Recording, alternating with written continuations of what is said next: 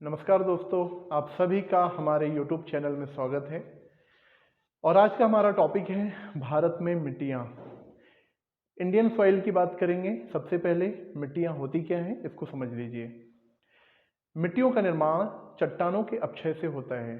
चट्टानों के टूटने फूटने से जो चट्टानी कण होते हैं, जो अवसाद होते हैं, सेडिमेंट होते हैं, उनमें कई प्रकार के जीव जंतुओं के अवशेष और खनिज से मिलकर मिट्टी का निर्माण होता है। तो आप बोल सकते हैं चट्टानी चूर्ण को हम सॉइल या मिट्टी कहते हैं। मिट्टी में कई प्रकार के कण आपको देखने को मिलेंगे। बड़े से लेकर के काफ़ी महीन बारीक कण आपको मिट्टी में देखने को मिलते हैं, जिसमें बजरी, बालू, शिल्ट और जो मिट्टी में बहुत बारीक कण होते हैं, महीन कण होते हैं, उन्हें क्ले कहा जाता है। अगर हम भारत में देखें तो भारत में भौगोलिक संरचना, हमारी जो भूगर्भिक संरचना है, और भारत में जलवायु विविधता पाई जाती है। तो भारत में भूगर्भिक संरचना की दृष्टि से विविधता है, जलवायु की दृष्टि से विविधता है, इसलिए भारत में आपको भिन्न भिन्न क्षेत्रों में भिन्न भिन्न मिट्टियां देखने को मिलती हैं। और यही कारण है भारत में एक संस्था है जिसका नाम है भारतीय कृषि अनुसंधान परिषद, जिसे ICAR भी कहा जाता है, Indian council of agriculture research. इस संस्था ने भारत की भूगर्भिक संरचना, मिट्टियों के रंग, मिट्टियों के गठन, उनमें विभिन्न रसायनों की उपस्थिति, उनमें खनिजों की उपस्थिति, इस आधार पर भारत की मिट्टियों को 8 भागों में विभाजित किया है। भारत की मिट्टियों को 8 प्रकारों में विभाजित किया है। और ये मिट्टी के जो 8 प्रकार हैं वो कौन कौन से हैं, इसकी चर्चा आज मैं आप लोगों से करने वाला हूं। तो ICAR के अनुसार, भारतीय कृषि अनुसंधान परिषद के अनुसार, भारत में 8 प्रकार की मिट्टियां पाई जाती हैं। जैसा मैंने आपको बताया, भारत के विभिन्न क्षेत्रों में, संपूर्ण भारत में भूगर्भिक संरचना की दृष्टि से विविधता पाई जाती है। अलग अलग जगह पर अलग अलग संरचना की चट्टानें आपको देखने को मिलेंगी। हमारे यहाँ क्लाइमेट अलग अलग है, अलग अलग जगह पर अलग अलग प्रकार की जलवायु देखने को मिलती है। कहीं वर्षा बहुत ज़्यादा हो रही है, कहीं वर्षा कम हो रही है, कहीं पर नदियाँ खूब बह रही हैं, कहीं पर टेम्परेचर बहुत ज़्यादा है, और ये कारक भी मिट्टी के निर्माण को प्रभावित करते हैं। तो जलवायु और भूगर्भिक संरचना ये मुख्य कारक हैं जो मिट्टी के का निर्धारण करते हैं, या मिट्टी का स्वरूप कैसा होगा इस बात को तय करते हैं। चलिए, तो हम बात कर लेते हैं भारत की मिट्टियों की। तो हम अगर देखें भारत की मिट्टियों को 8 भागों में जो बांटा गया है, उसमें सबसे बड़े भूभाग में पाई जाने वाली जो मिट्टी है, इस मिट्टी का नाम है जलोढ़ मिट्टी। और ये देखेंगे आप, जलोढ़ मिट्टी ये भारत के सबसे बड़े क्षेत्र में पाई जाती है। और जलोढ़ मिट्टी का जो क्षेत्र है भारत में, संपूर्ण भारत के भूभाग के, ये आपको 43% पार्ट पर देखने को मिलेगी। संपूर्ण भारत के लगभग 43% भूभाग पर जलोढ़ मिट्टी का विस्तार पाया जाता है। ये जो जलोढ़ मिट्टी है, जलोढ़ मिट्टी को अक्षेत्रीय मिट्टी कहते हैं। मतलब ये जो जलोढ़ मिट्टी आपको जहां दिखाई दे रही है, इसका निर्माण उसी जगह पर नहीं होता, बल्कि नदियां अपने द्वारा लाए गए अवसादों को दूसरी जगह में ले जाकर बिछाती हैं। जो चट्टानी चूर्ण होते हैं, उनको नदियां एक स्थान से दूसरे स्थान में ले जाने का काम करती हैं, और वहां पर अवसादों के निक्षेपित होने से ही इस जलोढ़ मिट्टी का निर्माण होता है। जलोढ़ मिट्टी, जिसको एलुवियल सॉइल भी कहा जाता है, ये जलोढ़ मिट्टी भारत में सबसे ज्यादा आपको उत्तर प्रदेश में देखने को मिलेगी। तो हिमालय से निकलने वाली जितनी भी नदियां हैं, ये अपने साथ बड़ी मात्रा में अवसाद लेकर के आती हैं, और अवसादों के जमा होने से ही इस जलोढ़ मिट्टी का निर्माण हुआ। तो याद रखिए, भारत में सबसे ज्यादा भूभाग पर पाई जाने वाली जो मिट्टी है, उसका नाम है जलोढ़ मिट्टी। अब ये जो जलोढ़ मिट्टी है, एक चीज याद रखें, जैसे मैंने आपको बताया, इसे अक्षेत्रीय मिट्टी भी कहते हैं। जलोढ़ मिट्टी का एक और नाम है, इस मिट्टी को हम कछारी मिट्टी के नाम से भी जानते हैं। तो याद रखें, इसे नोट कर लीजिए आप, कछारी मिट्टी भी कहा जाता है। और ये भारत के लगभग 15 लाख वर्ग किलोमीटर क्षेत्रफल में पाई जाती है। भारत के 15 लाख वर्ग किलोमीटर क्षेत्रफल में पाई जाती है, जो भारत के कुल भूभाग का लगभग 43% है। आगे चलते हैं। ये मिट्टी, अगर हम इस मिट्टी की बात करें, तो इस जलोढ़ मिट्टी को भी भारत में हम 3 भागों में बांट करके देखते हैं। जलोढ़ मिट्टी को हम 3 भागों में बांटते हैं। वो कौन कौन सी मिट्टी है, तो देखें, तराई मिट्टी, बांगर मिट्टी और खादर मिट्टी। तो तराई जलोढ़, बांगर जलोढ़ और खादर जलोढ़ के नाम से जाना जाता है।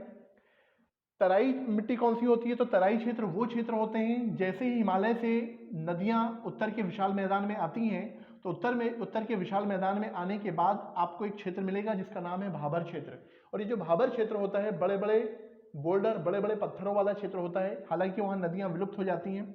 उसके आगे, भाबर क्षेत्र के आगे एक पतली पेटी में शिवालिक के समानांतर ही या भाबर के समानांतर ही एक क्षेत्र पाया जाता है जिसका नाम है तराई क्षेत्र। और ये जो तराई क्षेत्र होता है, जो नदियां भाबर प्रदेश में विलुप्त हुई थी, वो नदियां तराई क्षेत्र में ऊपर निकलती हैं, बाहर आती हैं। इसलिए जो तराई क्षेत्र होता है सामान्यतः भारत का दलदली क्षेत्र होता है।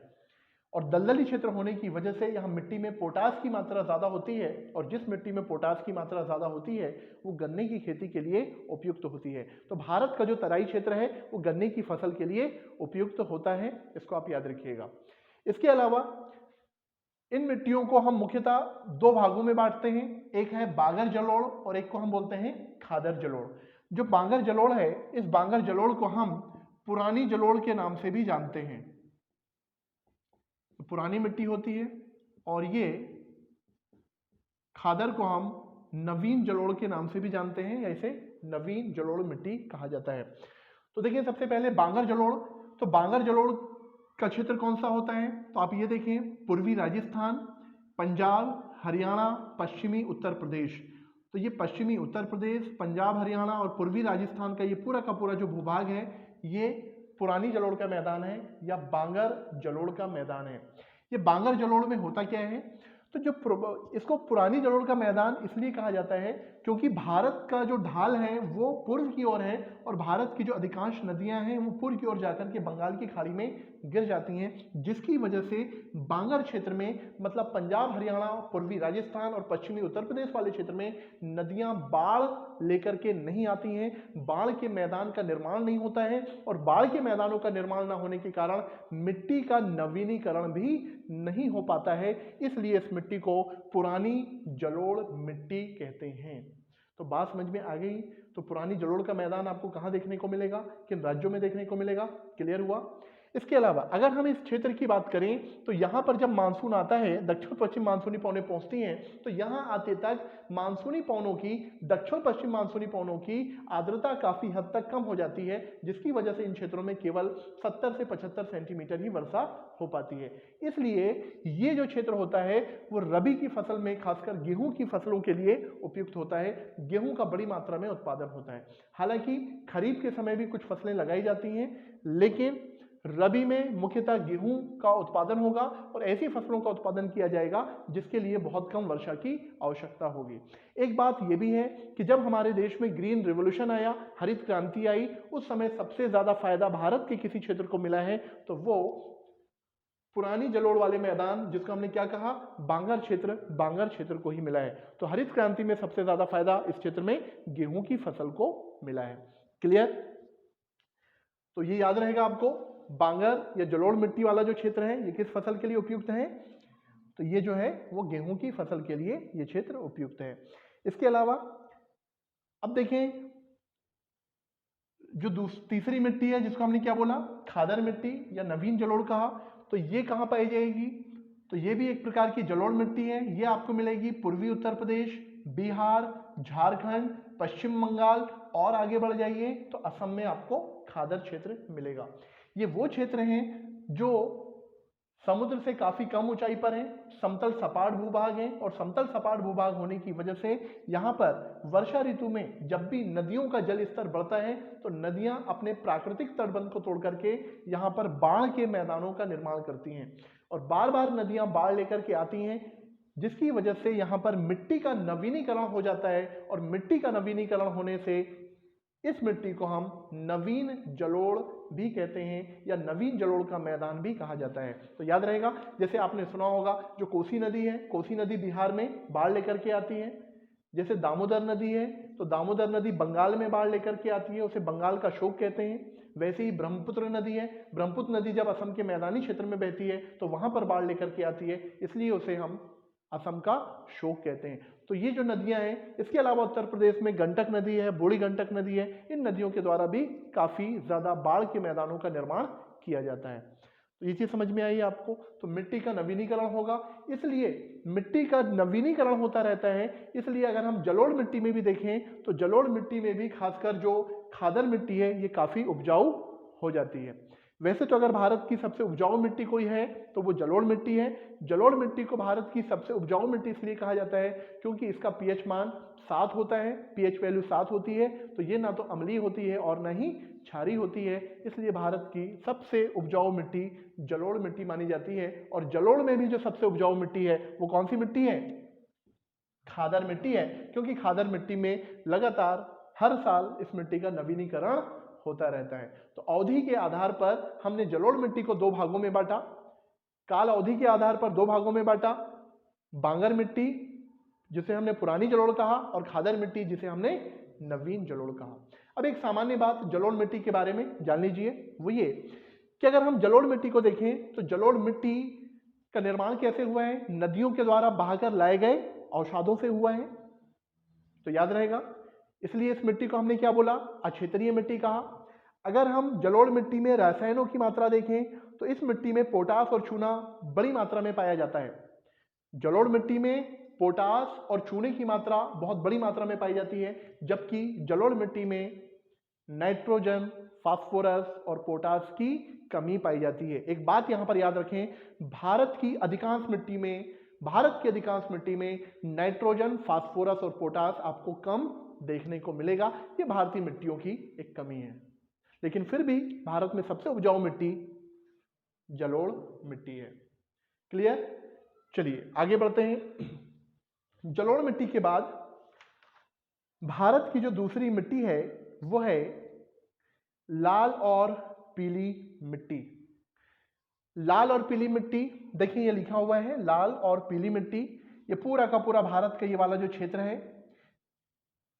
झारखंड का दक्षिणी भाग, छत्तीसगढ़, उड़ीसा, आंध्र प्रदेश का पूर्वी हिस्सा, आंध्र प्रदेश पूरा का पूरा, तेलंगाना का पूर्वी हिस्सा, इधर नीचे आ जाइए तो तमिलनाडु का अधिकांश भूभाग और कर्नाटक का पूर्वी हिस्सा।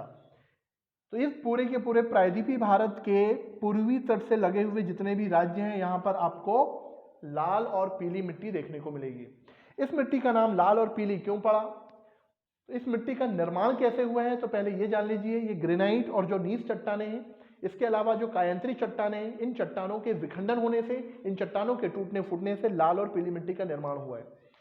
लाल इसलिए कहा जाता है क्योंकि इस मिट्टी में आयरन ऑक्साइड की मात्रा अधिक है, और पीला इसलिए कहा जाता है क्योंकि इसमें फेरिक ऑक्साइड की मात्रा अधिक है।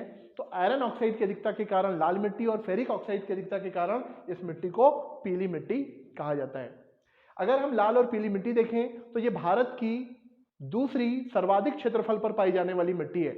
हमने देखा था जलोढ़ मिट्टी 43% पार्ट पर है, जबकि जो लाल और पीली मिट्टी है ये भारत के लगभग 18% भूभाग पर है। कितने प्रतिशत भाग पर? लगभग भारत के 18% भूभाग पर लाल और पीली मिट्टी आपको देखने को मिलेगी। मैंने इसका क्षेत्र भी आपको बता दिया। लाल और पीली मिट्टी चूंकि इसमें आयरन और फेरिक ऑक्साइड की अधिकता होती है, लेकिन यहां पर भी पोटेशियम, फास्फोरस, ह्यूमस, इन तत्वों की काफी कमी पाई जाती है। और ये लाल पीली मिट्टी की विशेषता है कि अधिकांश क्षेत्रों में, अधिकांश पठारी क्षेत्रों में जो बालू के कण होते हैं वो बड़े आकार के होते हैं, महीन नहीं होते। मतलब बजरी और बालू के रूप में ये मिट्टी हमको देखने को मिलती है। इसलिए ये मिट्टी भारत की सामान्यतः अनुपजाऊ मिट्टी होती है। कैसी मिट्टी होती है? अनुपजाऊ होती है, अनफर्टाइल होती है। इसलिए बहुत ज्यादा यहाँ पर कृषि उत्पादन नहीं हो पाता। लेकिन भारत के वो क्षेत्र जहाँ पर लाल पीली मिट्टी है और उन क्षेत्रों में वर्षा अधिक होती है, वहाँ पर कृषि उत्पादन काफी बड़ी मात्रा में होता है। चावल का उत्पादन भी यहाँ पर किया जाता है। तो ये खासकर मोटे अनाज के लिए फेमस है। तो ज्वार, बाजरा और मक्का जैसी फसलें बड़ी मात्रा में यहाँ पर लगाई जाती हैं। और लाल पीली मिट्टी की विशेषता है यहाँ पर आपको तंबाकू की खेती भी देखने को मिलेगी। तो आंध्र प्रदेश में स्पेशली तंबाकू खेती किस मिट्टी पर की जाती है? लाल और पीली मिट्टी पर की जाती है। तो याद रहेगा आपको। इसके अलावा अगर हम लाल पीली मिट्टी की बात करें तो जैसा मैंने आपको बताया, मोटे अनाज के साथ साथ तंबाकू बाजरा और खासकर दलहनी फसलों का भी उत्पादन इस मिट्टी में किया जा रहा है। तो आप याद रख सकते हैं कि ये भारत की बहुत ज्यादा फर्टाइल मिट्टी नहीं है। क्लियर। अब हम देखते हैं लाल पीली मिट्टी के बाद भारत की तीसरी जो बड़ी मिट्टी है उसका नाम है काली मिट्टी। और ये जो काली मिट्टी का क्षेत्रफल है, भारत के कुल क्षेत्रफल का लगभग 16% भाग पर काली मिट्टी देखने को मिलेगी। तो भारत के 16% भूभाग पर काली मिट्टी का विस्तार है। इस काली मिट्टी का निर्माण कैसे हुआ? तो देखिए ये पूरा का पूरा ये वाला जो क्षेत्र है, इसमें तो डायग्राम में अलग अलग संकेतकों से मैंने दिखाने का प्रयास किया है कि कौन सी मिट्टी है ना। तो ये आपको डिफरेंस समझ में आ रहा होगा सारी मिट्टियों में, 8 प्रकार की मिट्टियों में। तो ये काली मिट्टी है। काली मिट्टी का निर्माण क्रिटेशियस काल में बड़ी मात्रा में भारत में ज्वालामुखी की क्रिया हुई, और ज्वालामुखी की क्रिया होने से जो बेसाल्टिक लावा निकला, बेसाल्टिक लावा जमा, और उस बेसाल्टिक लावे के विखंडन से, उस बेसाल्टिक लावे के टूटने फूटने से जिस मिट्टी का निर्माण हुआ उसे ही हम काली मिट्टी कहते हैं। तो लावा, जो बेसाल्टिक लावा जमा था, बेसाल्टिक लावे के टूटने फूटने से कौन सी मिट्टी बनी है? काली मिट्टी बनी है। इसलिए काली मिट्टी को लावा मिट्टी के रूप में भी जाना जाता है। तो याद रहेगा आपको। तो एक नाम क्या मिल गया आपको? काली मिट्टी को क्या बोला गया? लावा मिट्टी कहा गया।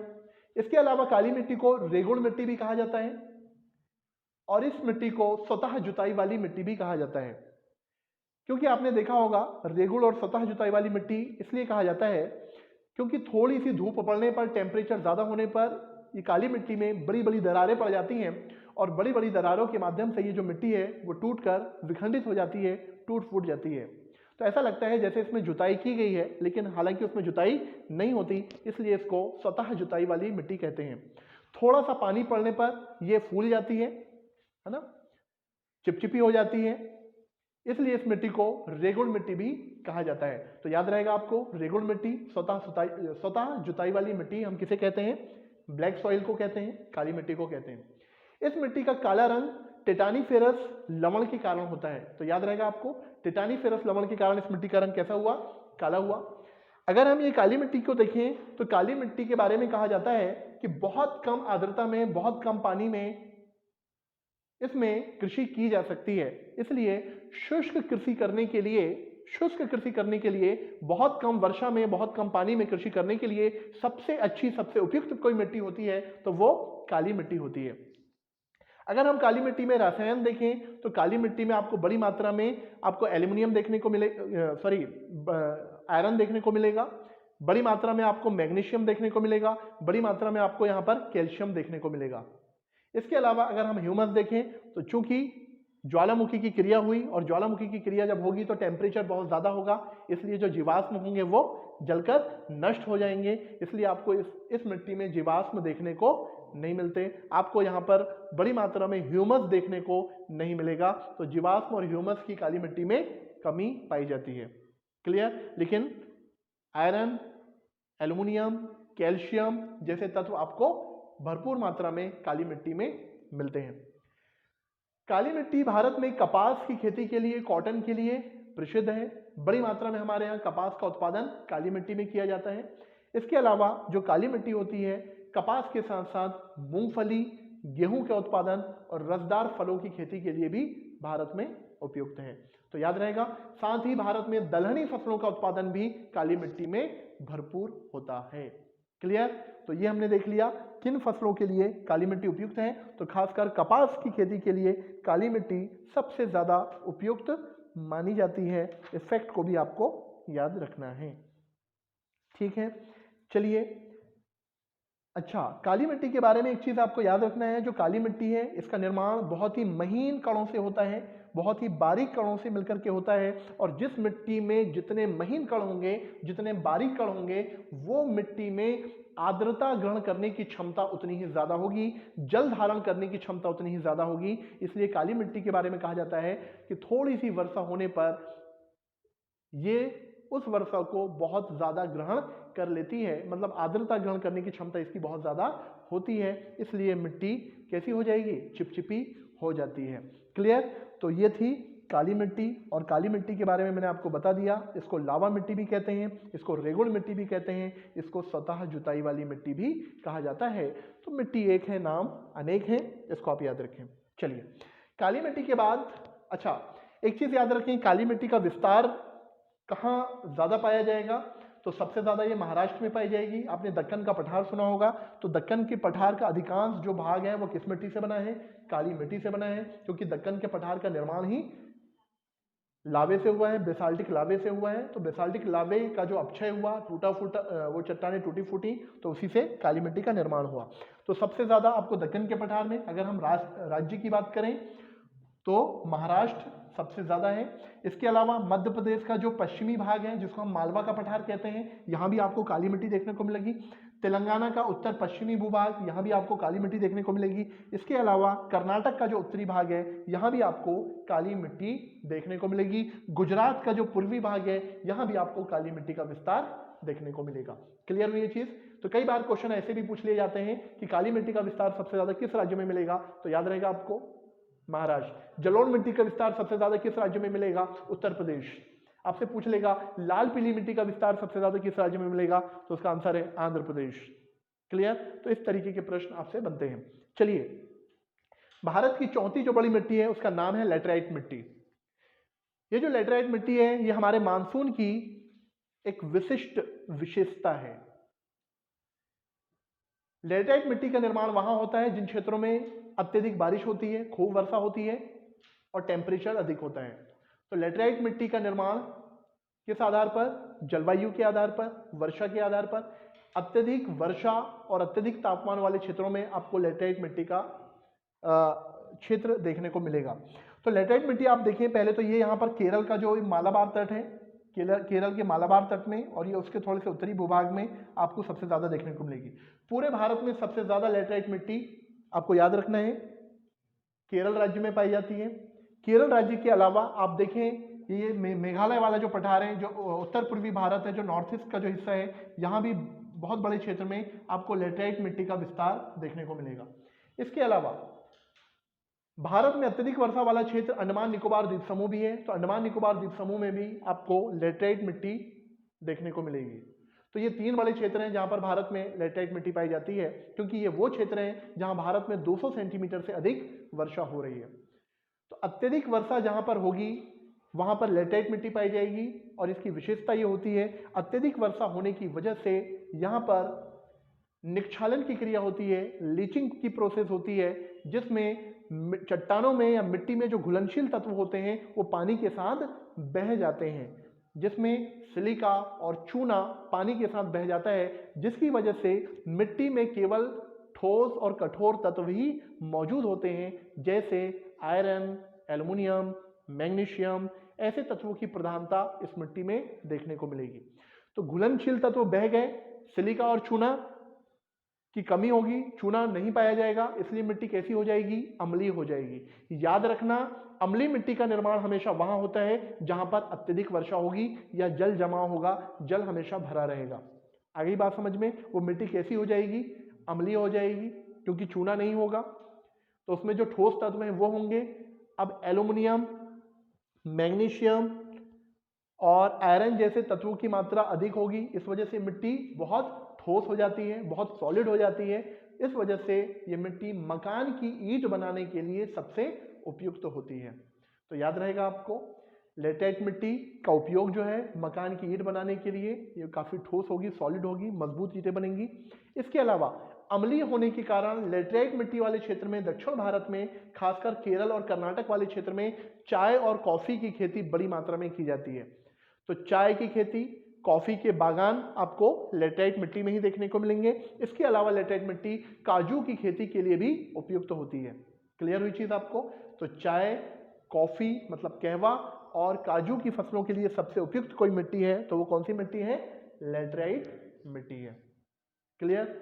चलिए, लैटेराइट मिट्टी का सबसे ज़्यादा विस्तार भारत के केरल में आपको देखने को मिलेगा। इसके अलावा लैटेराइट मिट्टी में, जैसा मैंने आपको बताया कि जो निक्षालन की जो प्रोसेस है, लीचिंग की जो प्रोसेस है, वो मिलती है। तो कई बार ऐसे प्रश्न भी आपसे पूछ लिए जाते हैं कि निक्षालन की क्रिया कहाँ होती है, तो लैटेराइट मिट्टी में होती है। और मैंने आपको बता ही दिया, पानी ज़्यादा है, घुलनशील है, इसलिए मिट्टी कैसी हो जाएगी, अम्लीय होगी। तो अम्लीय मिट्टी का एक उदाहरण कौन सी मिट्टी है, लैटेराइट मिट्टी है। चलिए, इसके बाद भारत की एक बड़ी मिट्टी है जिसका नाम है पर्वतीय मिट्टी। ये लिखा हुआ है पर्वतीय मिट्टी। तो पर्वतीय मिट्टी भारत में कहाँ देखने को मिलेगी भाई? तो भारत के सभी पर्वतीय क्षेत्रों में आपको पर्वतीय मिट्टी मिलेगी। तो पर्वतों के जो ढाल होंगे वहां पर पर्वतीय मिट्टी का विस्तार होगा। तो उत्तर के जो हिमालय जो क्षेत्र हैं, जम्मू कश्मीर लद्दाख वाले क्षेत्र में, हिमाचल प्रदेश में, उत्तराखंड में, सिक्किम में और इधर अरुणाचल और नागालैंड वाले क्षेत्र में आपको पर्वतीय मिट्टी देखने को मिलेगी। पर्वतीय मिट्टी का विस्तार पर्वतीय ढालों पर होता है और पर्वतीय ढालों पर पर्वतीय मिट्टी का विस्तार होता है। पर्वतीय क्षेत्रों में आपको पता होना चाहिए जो पर्वतीय क्षेत्र होते हैं उसमें ढाल तीव्र होता है और तीव्र ढाल होने की वजह से यहाँ मिट्टी की मोटाई ज्यादा नहीं हो पाती। मिट्टी की मोटाई का मतलब है किसी भी क्षेत्र में मिट्टी के निर्माण में यदि 2 सेंटीमीटर मिट्टी की परत का निर्माण करना है तो लगभग उसमें 200 वर्षों का समय लगता है। कितना समय लग रहा है? 2 सेंटीमीटर मोटी मिट्टी की लेयर बनने में या मिट्टी की प्रोफाइल बनने में, उसकी परिच्छेदिका बनने में 200 साल का समय लगता है। तो पर्वतीय मिट्टी की मुख्य विशेषता यह है कि यहाँ मिट्टी की परत, मिट्टी की प्रोफाइल, उसकी परिच्छेदिका ज्यादा मोटी नहीं हो पाती। इस वजह से पर्वतीय मिट्टी ज्यादा उपजाऊ भी नहीं हो पाती।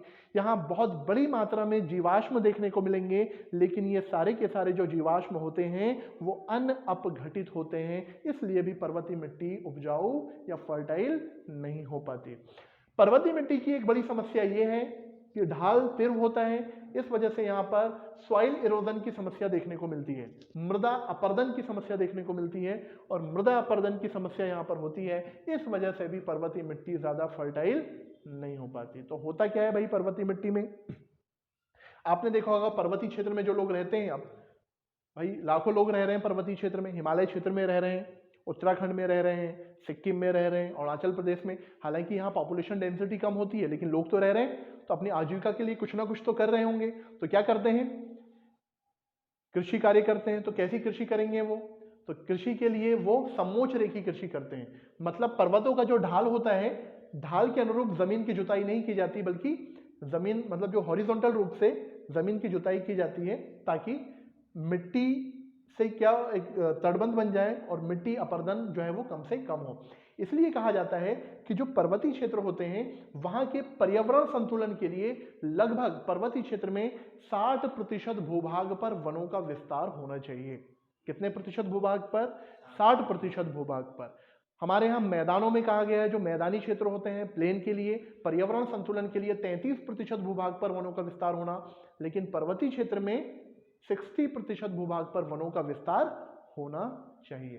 क्लियर? क्योंकि वन मिट्टी को पकड़ के रखते हैं, मिट्टी को जकड़ के रखते हैं, जिससे सॉइल इरोजन या मृदा अपरदन बहुत कम हो पाता है। आ गई बात समझ में? एक समस्या और पर्वतीय मिट्टी में आपको देखने को मिलेगी। जो पर्वतीय क्षेत्र होते हैं यहाँ पर जनजातीय समुदाय के द्वारा झूम कृषि की जाती है, शिफ्टिंग कल्टीवेशन किया जाता है। जैसे उत्तर पूर्वी भारत में, हमारे यहाँ अगर मध्य प्रदेश में देखें तो मध्य प्रदेश में एक जनजाति है जिसका नाम है बैगा जनजाति। बैगा जनजाति भी हमारे यहाँ मंडला और बालाघाट वाले जिले जो पर्वतीय क्षेत्र हैं वहाँ पर झूम कृषि करती है। ये लोग परंपरागत तरीके से कृषि करते हैं और उस भूभाग को छोड़ करके फिर कहीं और चले जाते हैं और फिर वहाँ कृषि करते हैं।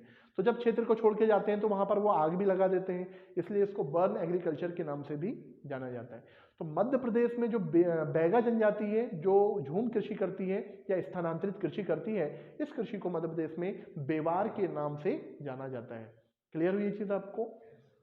चलिए, तो पर्वतीय मिट्टी हमने देखा बहुत ज्यादा फर्टाइल नहीं है, उपजाऊ नहीं है, तो यहाँ क्या लगाया जाएगा? तो यहाँ पर फलों के बागान लगाए जाते हैं बड़ी मात्रा में। जैसे आप देखेंगे यहाँ पर सेब की खेती होती है, तो हिमाचल प्रदेश में लाहौल स्पीति घाटी, कुल्लू मनाली घाटी ये सेब के उत्पादन के लिए प्रसिद्ध है। इसके अलावा और भी बहुत सारे फलों की खेती पर्वतीय क्षेत्रों में या पर्वतीय मिट्टी में होती है। क्लियर? तो याद रहेगा आपको, मिट्टी की परत काफी पतली होगी, जीवाश्म की अधिकता नहीं होगी, मतलब जीवाश्म अधिक होंगे लेकिन कैसे होंगे? अनअपघटित होंगे। इसके अलावा यहाँ पर मृदा अपरदन की गंभीर समस्या होगी पर्वतीय मिट्टी में, और झूम कृषि यहाँ पर जनजातीय समुदाय के द्वारा की जाती है। तो ये हमने देख लिया। चलिए आगे बढ़ते हैं। इसके बाद जो अगली मिट्टी है इसका नाम है मरुस्थली मिट्टी, डेजर्ट सॉइल। कहाँ मिलेगी भाई मरुस्थली मिट्टी? तो आप देखिए मरुस्थली मिट्टी का विकास जो होगा वो राजस्थान के मरुस्थली क्षेत्र में होगा। अरावली पर्वत का जो पश्चिमी भाग है वहाँ पर आपको ये डेजर्ट सॉइल मिलेगी। मरुस्थली मिट्टी मरुस्थली क्षेत्र में चूंकि आर्द्रता नहीं होती और साथ में वहाँ पर आर्द्रता नहीं होने की वजह से वर्षा भी नहीं होती, इसलिए वनस्पतियाँ भी नहीं होती। तो सूर्य की किरणें डायरेक्ट धरातल से टकराती हैं जिससे चट्टानें टूटती हैं। और किस रूप में टूटती हैं? बालू के रूप में। तो आपको इस मिट्टी में बड़ी मात्रा में बालू देखने को मिलेगी। तो मरुस्थली क्षेत्र में जो बालू का निर्माण हुआ, बालू के जो ढेर मिलते हैं, रेत के जो ढेर होते हैं, रेत की वर्षा नहीं होती बल्कि रेत आप जहाँ देख रहे हैं वहीं पर चट्टानों के टूटने फूटने से रेत का निर्माण होता है। इसलिए बालू की अधिकता है यहाँ पर, इसलिए इस मिट्टी को बालुई मिट्टी के नाम से भी जाना जाता है। तो याद रहेगा मरुस्थली मिट्टी का दूसरा नाम क्या है? बालुई मिट्टी। अब देखें यहाँ क्या होता है, ये जो बालुई मिट्टी है इस बालुई मिट्टी में क्या होगा?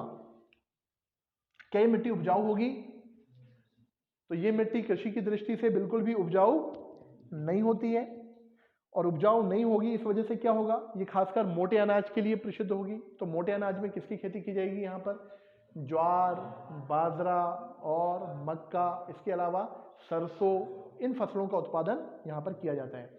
हालांकि आपको पता होना चाहिए कि राजस्थान के मरुस्थली क्षेत्र को सिंचित करने के लिए हरिके बैराज बांध से, जहाँ पर व्यास और सतलज नदी के संगम पर एक बांध बनाया गया है, हरिके बैराज डैम, और वहां से भारत की एक सबसे लंबी नहर निकाली गई है, उसका नाम है इंदिरा गांधी नहर। तो इंदिरा गांधी नहर से राजस्थान का जो मरुस्थली क्षेत्र है, बीकानेर, जैसलमेर, बाड़मेर, हनुमानगढ़, है ना, गंगानगर, उत्तरी राजस्थान में जो जिले हैं, इन राजस्थान के मरुस्थली क्षेत्रों को सिंचित किया जा रहा है और सिंचाई सुविधाओं का विकास किया गया है। ठीक है, तो आप याद रखें। और एक फैक्ट, एक डेटा मैं आपको दे देता हूं, वो ये कि भारत में लगभग 25% मिट्टी, भारत की लगभग 25% मिट्टी मरुस्थलीकरण की प्रक्रिया से प्रभावित है। मतलब ये कि आप ये देखो राजस्थान में जो मरुस्थली मिट्टी, जो बालू है, ये बालू क्या होता है, जब यहाँ पर पौने चलती हैं तो अत्यंत तीव्र वेग से पौने चलती हैं, क्योंकि इनके लिए अवरोध उत्पन्न करने वाला कोई नहीं होता, वनस्पतियां नहीं होती, तो पौनों की गति बढ़ जाती है। और पौनों की जो गति बढ़ जाती है जिसकी वजह से ये बालू के जो ढेर होते हैं ना, ये बालू के ढेर जो है ये आगे की ओर बढ़ते हैं। तो जैसे जैसे बालू के ढेर आगे बढ़ते जाएंगे तो क्या होगा, मरुस्थलों का विस्तार होता जाएगा। इन बालू के ढेरों से बनने वाली जो स्थलाकृति होती है उसको बालू का स्तूप कहा जाता है। क्या कहा जाता है? बालू का स्तूप। तो लगातार बालू का स्तूप के स्थानांतरित होने से मरुस्थलीकरण की प्रक्रिया बढ़ती है, उसका विस्तार होता जाता है, और इस तरीके से हमारे देश में मरुस्थलों का विस्तार बहुत तेजी से हो रहा है। यही कारण था कि आज़ादी के बाद भारत में इस मरुस्थलीकरण की प्रक्रिया को रोकने के लिए एक बहुउद्देशीय परियोजना स्टार्ट की गई जिसका नाम था चंबल नदी घाटी परियोजना। तो चंबल नदी घाटी परियोजना का एक उद्देश्य सिंचाई के साथ साथ मरुस्थलीकरण की प्रक्रिया को रोकना भी था। क्लियर हुई ये चीज आपको? चलिए आगे बढ़ते हैं। तो ये थी मरुस्थली मिट्टी, और चूंकि मैंने आपको बता दिया जो मरुस्थली मिट्टी होगी, अच्छा इसमें रसायन क्या होंगे, तो लोहा और फास्फोरस पर्याप्त मात्रा में पाया जाएगा, मतलब आयरन और फास्फोरस पर्याप्त होता है, लेकिन नाइट्रोजन और ह्यूमस की बड़ी मात्रा में कमी होती है मरुस्थली मिट्टी में।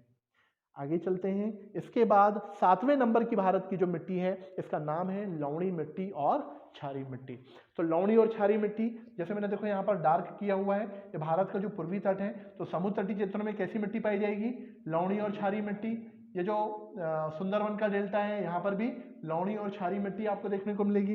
इसके अलावा भारत का जो पूर्वी तट है, पश्चिमी तट है, समुद्र तटीय क्षेत्रों में भी कैसी मिट्टी पाई जाएगी? लवणी और क्षारीय मिट्टी आपको देखने को मिलेगी। अब ये जो लवणी और क्षारीय मिट्टी होती है, आपको पता होना चाहिए इनका विकास खासकर वहाँ होता है जहाँ पर जल निकासी की समुचित व्यवस्था नहीं होती। तो जहाँ जल निकासी की समुचित व्यवस्था नहीं होती, जल का जमाव होता है, जल का भराव होता है, ऐसे क्षेत्रों में या समुद्र तटीय क्षेत्रों में, क्योंकि आपको पता होना चाहिए समुद्र का जल कैसा है?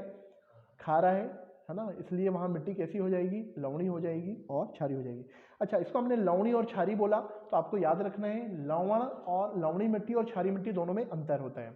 अंतर ये होता है, ऐसी मिट्टी जिसमें सोडियम क्लोराइड की मात्रा ज्यादा होती है, ऐसी मिट्टी जिसमें सोडियम क्लोराइड की मात्रा ज्यादा होती है, उस मिट्टी को हम लवणीय मिट्टी कहते हैं। लवणी मतलब सैलाइन सॉइल। और जो लवणी मिट्टी है ये संपूर्ण भारत में एक स्टेट है जिसका नाम है गुजरात। तो गुजरात में सबसे ज्यादा लवणी मिट्टी आपको देखने को मिलेगी। क्षारीय मिट्टी क्या होती है? ऐसी मिट्टी जिसमें सोडियम बाइकार्बोनेट की मात्रा ज्यादा होती है। ऐसी मिट्टी जिसमें सोडियम बाइकार्बोनेट की मात्रा ज्यादा होती है उस मिट्टी को हम क्षारीय मिट्टी कहते हैं। और भारत में क्षारीय मिट्टी का विस्तार सबसे ज्यादा उत्तर प्रदेश में देखने को मिलेगा, और वो भी खासकर पश्चिमी उत्तर प्रदेश में। तो याद रहेगा आपको। अच्छा, ये जो क्षारीय मिट्टी है, इस क्षारीय मिट्टी को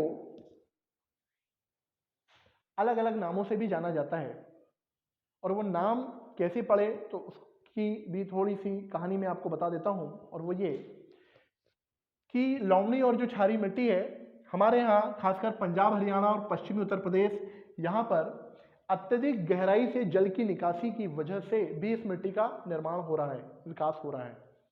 तो पंजाब, हरियाणा एक ऐसे राज्य हैं जहाँ पर कृषि का विकास काफी हुआ है, और यहाँ पर बहुत अधिक गहराई से जल को निकाला जा रहा है। जब बहुत अधिक गहराई से जल को निकाला जाता है तो चूंकि जो चट्टानें होती हैं, चट्टानें खनिजों से मिलकर के बनती हैं, तो जो उसमें खनिज लवण होते हैं वो मिट्टी की ऊपरी सतह पर आकर के जमा हो जाते हैं। तो मिट्टी की ऊपरी परत पर आकर के जमा हो जाते हैं, जिसकी वजह से मिट्टी कैसी हो जाएगी? लवणी और क्षारीय हो जाएगी। ऐसी मिट्टी को रेह, कलहर और ऊसर भी कहा जाता है। इस मिट्टी को चोपेन भी कहा जाता है। तो याद रहेगा आपको, लवणी और क्षारीय मिट्टी के बहुत सारे नाम हैं। क्या बोला गया? रेह, कलहर, ऊसर और चोपेन के नाम से भी इन्हें पंजाब, हरियाणा और पश्चिमी उत्तर प्रदेश में जाना जाता है। तो ये कौन सी क्रिया हुई? जब बहुत अधिक गहराई से जल को निकाला जाता है और मिट्टी की ऊपरी परत पर लवण और क्षार की मात्रा बढ़ जाती है, इस क्रिया को कोशिका कर्षण की क्रिया कहते हैं। क्या कहते हैं? कोशिका कर्षण, या इसको इंग्लिश में कैपिलरी एक्शन कहा जाता है। तो याद रहेगा आपको, कोशिका कर्षण की क्रिया आपको किस मिट्टी में देखने को मिलेगी? लवणी और क्षारीय मिट्टी में। क्लियर हुई ये चीज आपको? तो लवणी मिट्टी सबसे ज्यादा गुजरात में, और क्षारीय मिट्टी का विस्तार सबसे ज्यादा आपको उत्तर प्रदेश में देखने को मिलेगा। क्लियर हुआ? अच्छा, ये जो लवणी और क्षारीय मिट्टी होती है, इसके उपचार के लिए हम क्या मिलाते हैं? जिप्सम का इस्तेमाल करते हैं। इसके उपचार के लिए हम हरी घास का भी इस्तेमाल करते हैं। और जो अम्लीय मिट्टी होती है, अम्लीय मिट्टी जैसे मैंने आपको बताया था, लेटराइट मिट्टी कैसी मिट्टी है? अम्लीय मिट्टी है। अगर हमें इसका उपचार करना है तो इसमें क्या मिलाया जाएगा? चूना मिलाया जाएगा, जिसकी कमी है वो मिलाया जाएगा। ठीक है, तो अम्लीय मिट्टी के उपचार के लिए चूना, और क्षारीय मिट्टी के उपचार के लिए जिप्सम का इस्तेमाल किया जाता है। क्लियर हुई आपको लवणी और क्षारीय मिट्टी? इसके बाद भारत की 8वीं और जो अंतिम मिट्टी है उसका नाम है पीट या जैविक मिट्टी। कौन सी मिट्टी? पीट या जैविक मिट्टी। देखिए लिखा हुआ है। तो जो गुजरात का उत्तरी जो हिस्सा है, कच्छ कारण वाला जो क्षेत्र है, वहां पर आपको पीट और जैविक मिट्टी देखने को मिलेगी। इसके अलावा यहाँ पर उत्तराखंड है। उत्तराखंड का एक जिला है जिसका नाम है अलेपी जिला, सॉरी उत्तराखंड का अल्मोड़ा क्षेत्र। यहाँ पर भी आपको पीट और जैविक मिट्टी देखने को मिलेगी। इसके अलावा केरल का कुछ क्षेत्र है जिसका नाम है अलेप्पी, एक अलेप्पी डिस्ट्रिक्ट है, अलेप्पी जिला है, वहाँ की जो कुछ तहसील है वहाँ पर भी आपको ये पीट या जैविक मिट्टी देखने को मिलेगी। इसके अलावा ये जो पीट और जैविक मिट्टी है भारत के उन सभी क्षेत्रों में पाई जाती है जहाँ पर जल का जमाव होता है, जल का भराव होता है, और ऐसे क्षेत्र जहाँ पर जल निकासी की समुचित व्यवस्था नहीं हो पाती, उन क्षेत्रों में पीट और जैविक मिट्टी का विकास देखने को मिलता है। ये जो पीट और जैविक मिट्टी होती है ये भारी मिट्टी होती है। भारी क्यों होती है? क्योंकि जल का जमाव होता है, जल का भराव होता है। भारी होने के साथ साथ इसका रंग बिल्कुल डार्क ब्लैक हो जाता है, गाढ़ा काला रंग इस मिट्टी का होता है। और ये मिट्टी बहुत अधिक उपजाऊ हो जाती है, लेकिन कब? जब ये मिट्टी सूख जाती है। जब ये मिट्टी सूख जाती है तो इससे ज़्यादा उपजाऊ मिट्टी और कोई हो नहीं सकती। भारत में ये मिट्टी सामान्यतः धान की खेती के लिए, धान की फसलों के लिए विशेष रूप से उपयोगी है। बड़ी मात्रा में इस मिट्टी में चावल का उत्पादन किया जाता है। तो बात समझ में आई? पीट और जैविक मिट्टी तो आपको पता ही है, जैसा कि इसका नाम है जैविक, तो इसमें जीवाश्म की मात्रा भरपूर होती है, बहुत बड़ी मात्रा में होती है। लेकिन जब ये मिट्टी सूख जाती है तो इससे ज़्यादा फर्टाइल मिट्टी और कोई हो नहीं सकती। क्लियर? तो ये थी भारत की 8 प्रकार की मिट्टियाँ, और 8 प्रकार की मिट्टियों की चर्चा हमने की। तो मुझे लगता है आपको ये सारी मिट्टियाँ क्लियर हुई होंगी और ये लेक्चर आपको बहुत अच्छे से समझ में आया होगा। ठीक है? अच्छा, मिट्टियों से ही रिलेटेड एक शब्द होता है, जैसे आपने सुना होगा सॉइल डिग्रेडेशन। सॉइल डिग्रेडेशन मतलब मृदा निम्नीकरण, मृदा निम्नीकरण का मतलब होता है कि जब मिट्टी की गुणवत्ता कम हो जाती है, किसी कारण से मिट्टी की गुणवत्ता का कम हो जाना, इसे ही हम मृदा निम्नीकरण या सॉइल डिग्रेडेशन कहते हैं। और मृदा निम्नीकरण की जो समस्या होती है वो होती है मिट्टी के लवणी और क्षारीय हो जाने से, मिट्टी के बहुत ज़्यादा अम्लीय हो जाने से, मिट्टी में बहुत ज़्यादा अपशिष्ट या अवशिष्ट पदार्थों के मिल जाने से। इसके अलावा ऐसे क्षेत्र जहाँ पर सॉइल इरोजन ज़्यादा होता है, मृदा अपरदन ज़्यादा होता है, जो पर्वतीय क्षेत्र होते हैं जहाँ ढाल ज़्यादा होता है, तो सॉइल इरोजन वाले क्षेत्र में भी आपको मृदा निम्नीकरण या सॉइल डिग्रेडेशन की समस्या देखने को मिलेगी। ऐसे क्षेत्रों में भी ये समस्या आपको देखने को मिलेगी जहाँ पर पानी का जमाव बहुत लंबे समय तक होता है, वहाँ भी मिट्टी की गुणवत्ता काफ़ी कम हो जाती है। मिट्टी की गुणवत्ता कम होने का मतलब है मिट्टी का फर्टाइल ना रह पाना, उसका उपजाऊ ना रह पाना। आ गई बात समझ में? इसके अलावा मृदा अपरदन आपने सुना होगा। मृदा अपरदन का मतलब होता है मिट्टी की ऊपरी परत का बहकर चला जाना, है ना। तो मिट्टी में जो पोषक तत्व होते हैं मिट्टी की ऊपरी परत पर होते हैं, जब वो मिट्टी की ऊपरी परत ही बहकर के चली जाएगी तो इसी को हम क्या कहेंगे? मृदा अपरदन कहते हैं। और ये जो मृदा अपरदन है, इस मृदा अपरदन को किसान की मौत भी कहा जाता है। तो इस फैक्ट को भी आप याद रखें, एग्जाम में पूछा जाता है। हालांकि मृदा अपरदन भी कई प्रकार का होता है, जैसे आपने सुना होगा परत अपरदन, अवनलिका अपरदन और असफाल अपरदन। परत अपरदन मतलब होता है मिट्टी की ऊपरी परत का बहकर के चला जाना। अवनलिका अपरदन जब मिट्टी में बड़ी मात्रा में अपनति और अवनति के रूप में बड़े बड़े खड्ड बन जाते हैं तो उसे हम अवनलिका अपरदन कहते हैं। जैसे मध्य प्रदेश में चंबल नदी के द्वारा बड़ी मात्रा में अवनलिका अपरदन की वजह से विशाल बीहड़ों का निर्माण हुआ है।